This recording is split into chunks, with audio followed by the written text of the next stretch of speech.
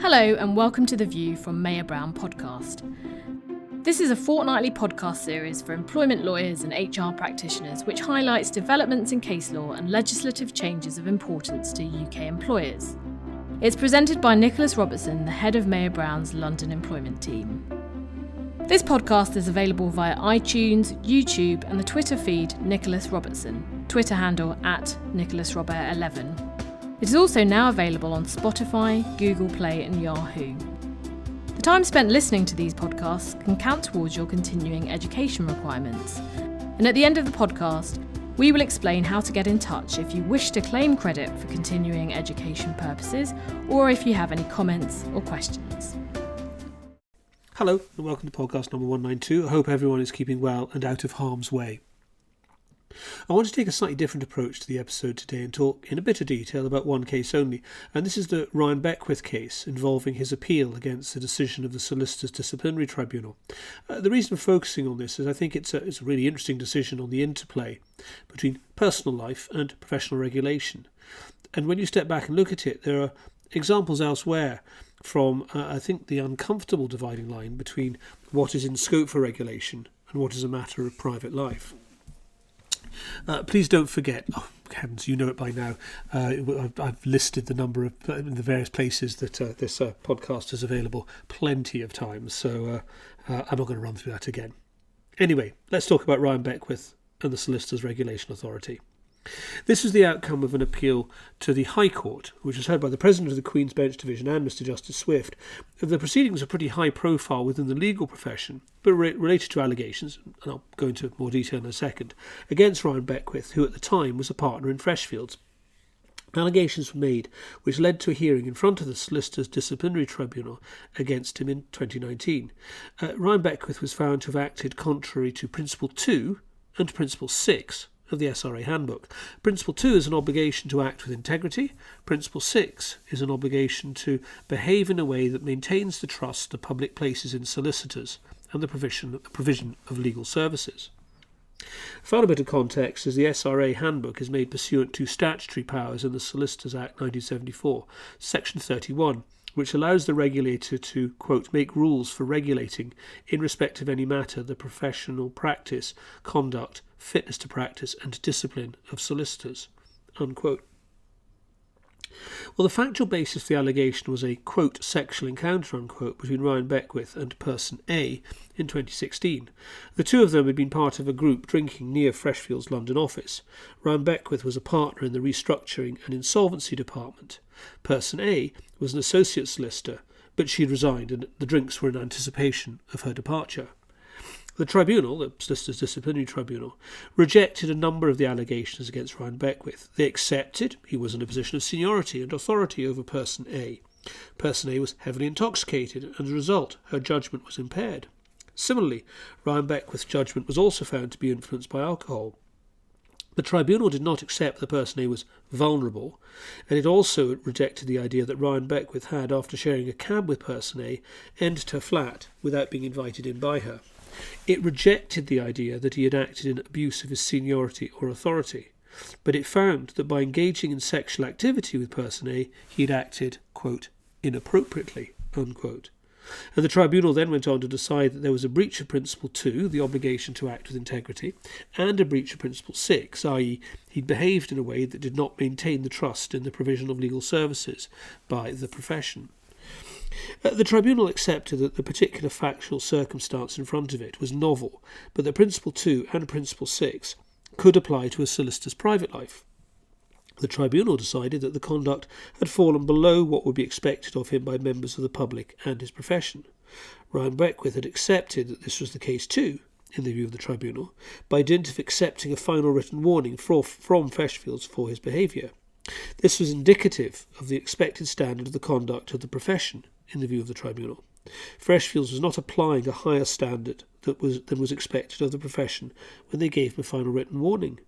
Accordingly, his conduct was in breach of Principle 2, i.e. he had failed to act with integrity.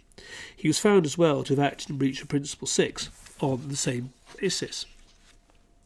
As a result, the Solicitors' Disciplinary Tribunal fined him £35,000 and he was ordered to pay £200,000 by way of costs. So his appeal against this decision went to the High Court. And his appeal was on the basis that the tribunal was wrong to decide that what it had found to be the facts amounted to a breach of either Principle 2 or Principle 6.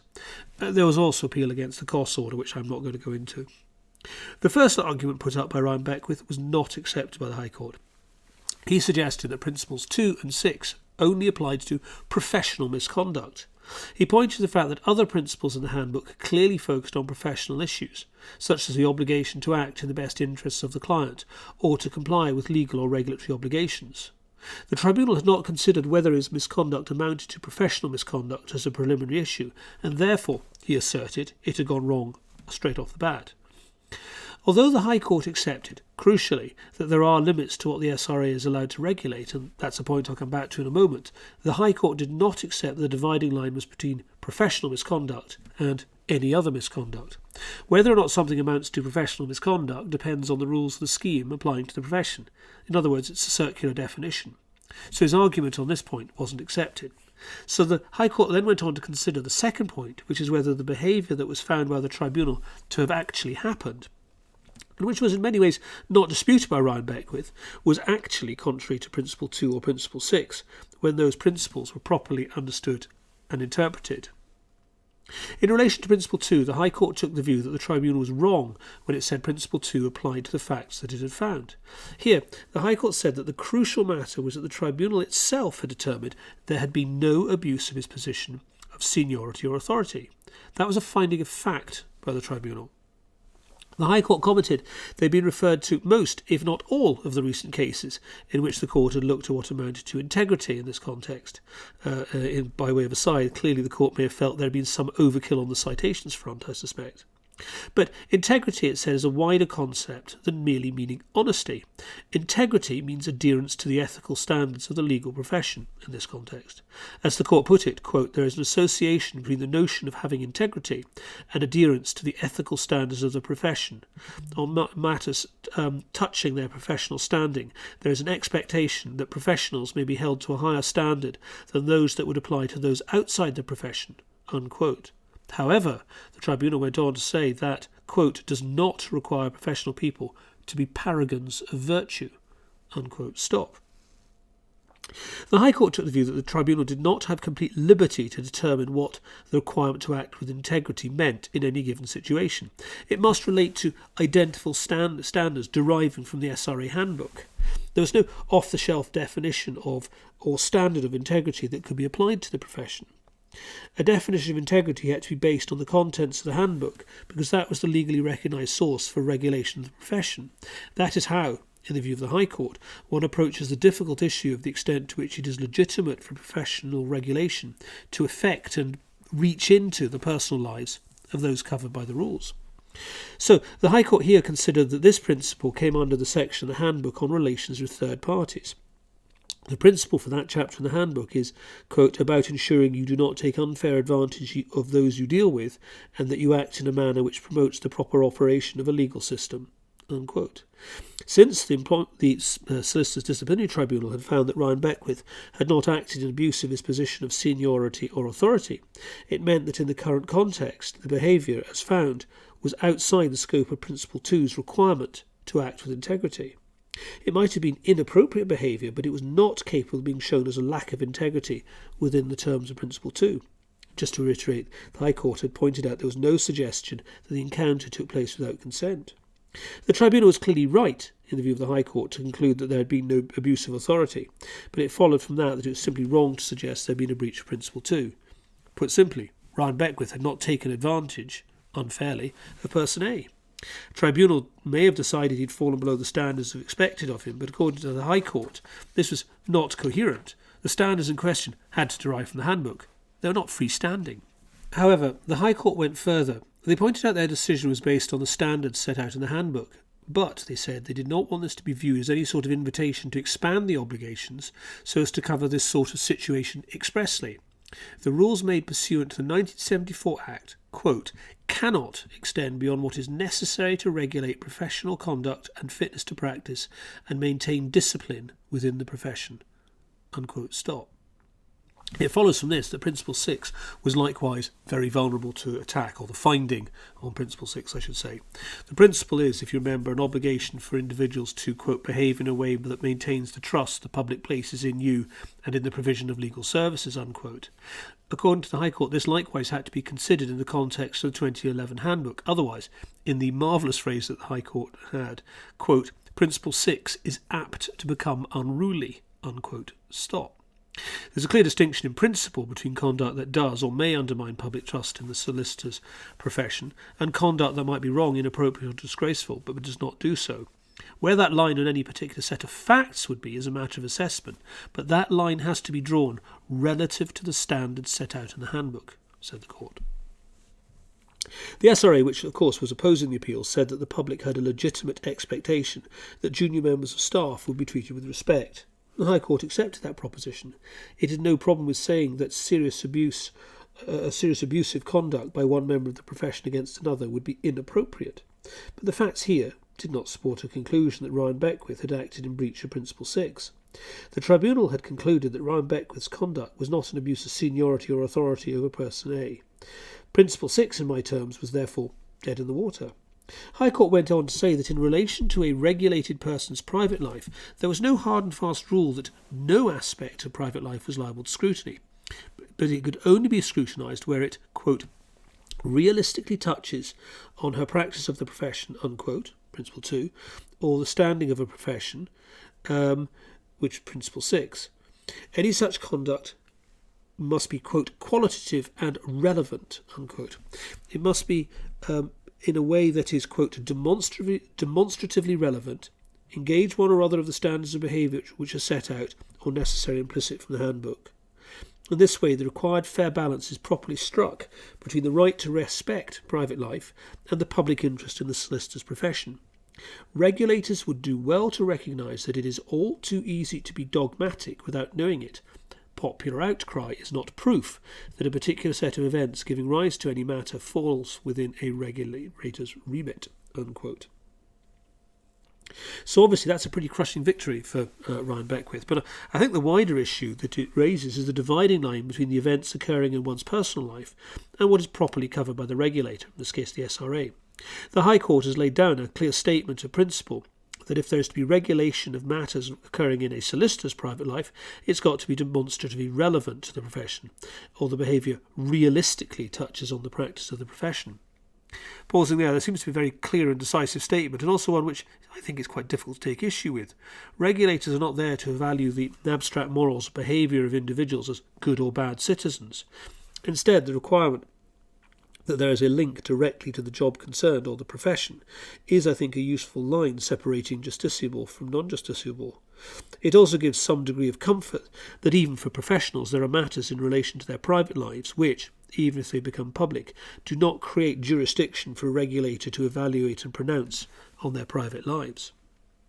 All this set me thinking.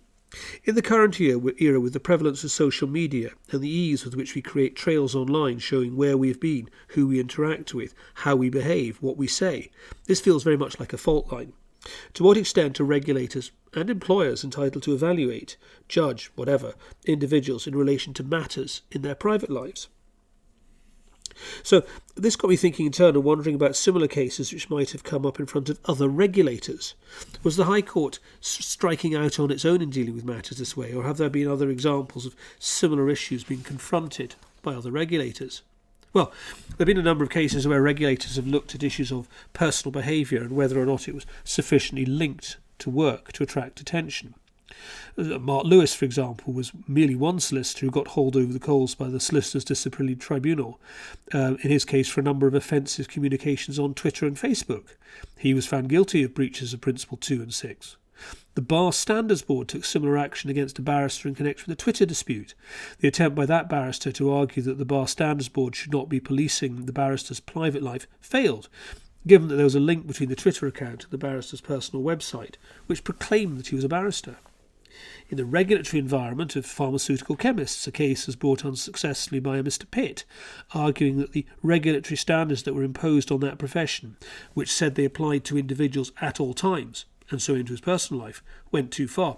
His claim failed, but part of the High Court's reasoning was he hadn't actually suffered as a result of the regulatory regime. So to that extent, it might have been different if an individual was able to point to a case where they'd been disciplined for private life matters in accordance with the rules. The veterinary surgeon's regulatory body, in the Samuels case, rejected an attempt to bar Mr. Samuels from acting as a vet. Although he had 3 criminal convictions, those convictions had nothing to do with his fitness to practice. The closest example I could find to a similar set of facts was actually back in relation to the Solicitors' Disciplinary Tribunal, in relation to Gary Sr., who was found to have forced an unwanted kiss on a junior female employee. There was also accusations that Mr. Senior had used his position to influence the outcome of an internal investigation. But the Solicitors' Disciplinary Tribunal had no difficulty in accepting that forcing an unwanted kiss on a junior lawyer was something that fell within their remit. Obviously, again, it was key in the Ryan Beckwith case, there was no evidence of lack of consent.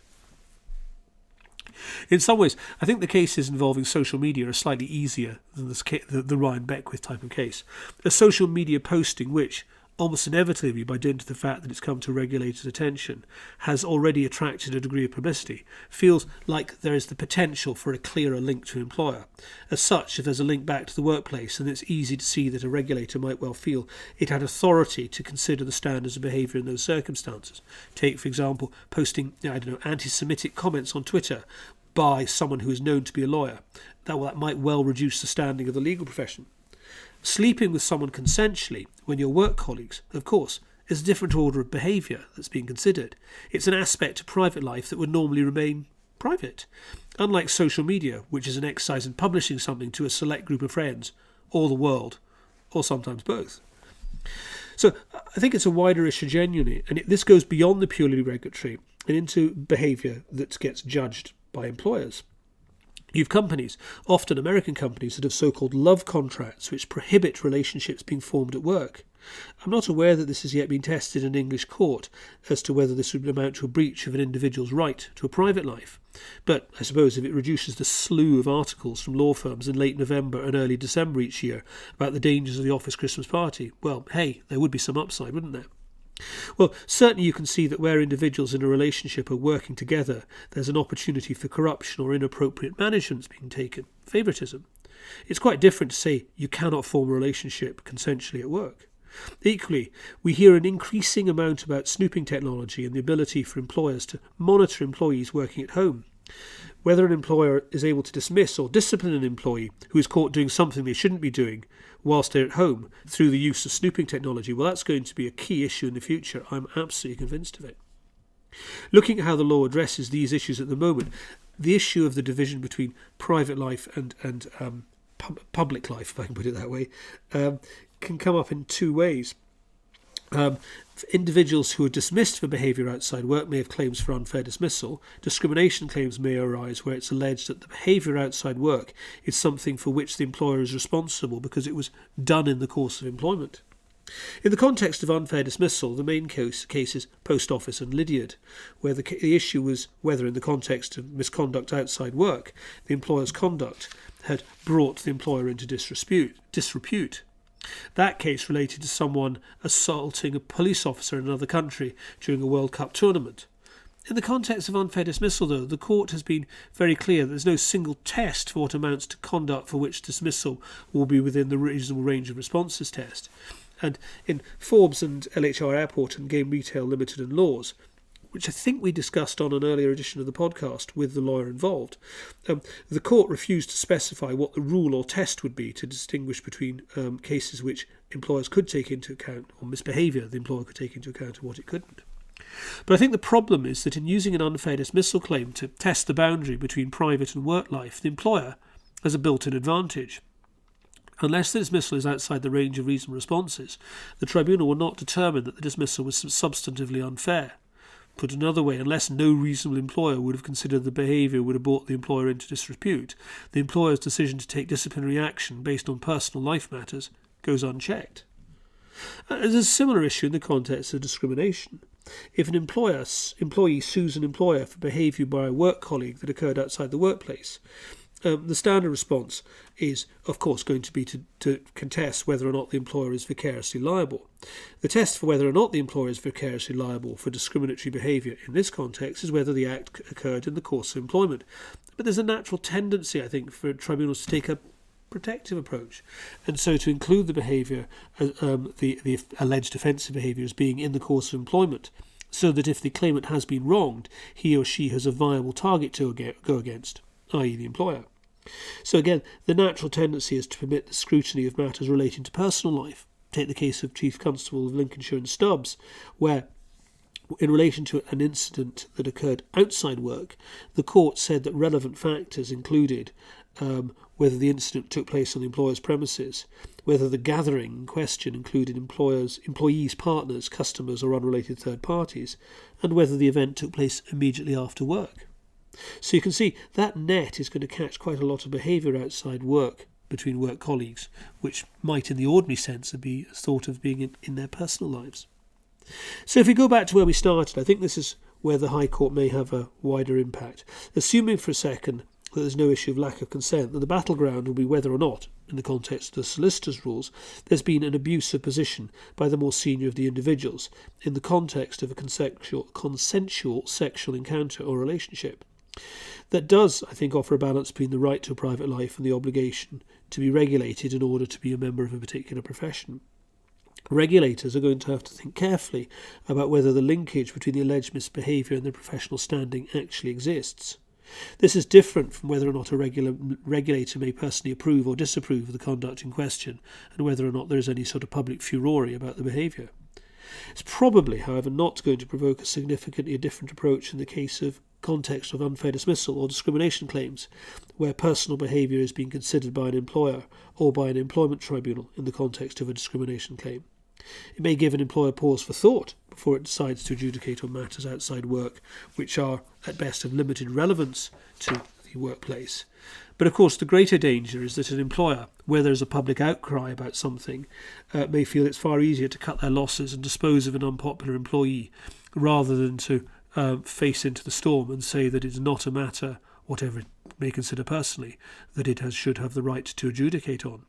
In that context, and to be clear, I am not suggesting that is what necessarily happened here, the Forstater case offers a lesson on what such a case might look like. When I indicated, which is a case I dealt with on an earlier podcast, with unpopular comments being made by Forstater, allegedly leading to the termination of her arrangements with her employer. In that context too, the case of Higgs and Farmer, which I dealt with on podcast 189, indicates that unpopular philosophical beliefs may still need to be respected, and so matters with very limited impact on the employer should not be used as a reason for disciplining the employer. But obviously, misbehaviour may be miles away from something which amounts to a philosophical belief, and so it can be difficult to ensure that merely because the employee is wanting to contest matters relating to their mistreatment of their alleged mistreatment in respect to their personal life, that somehow can be transmuted into a philosophical belief case. Do bear in mind too that in the Smith and Trafford Housing Trust case, an employee was able to show they'd been wrongly demoted for expressing unpopular opinions that the employer then failed to show would damage its reputation. So there are ways for people to take issue with this. But I think the message is clear that in the regulatory context, I think the Beckwith case will push regulators to think about the linkage between the alleged misbehaviour and the regulated role. In the context of unfair dismissal and discrimination, it may have less of an impact because of the way that those tests work.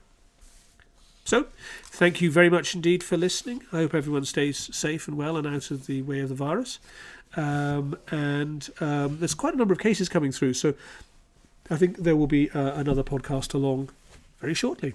So until then, stay safe everyone and take care. Bye. So that concludes this podcast. We hope that you find it and others in the series helpful. If you have any comments or questions or want to know how to claim continuing education credits, please email Nick at nrobertson@mayorbrown.com. Thank you for listening to the podcast.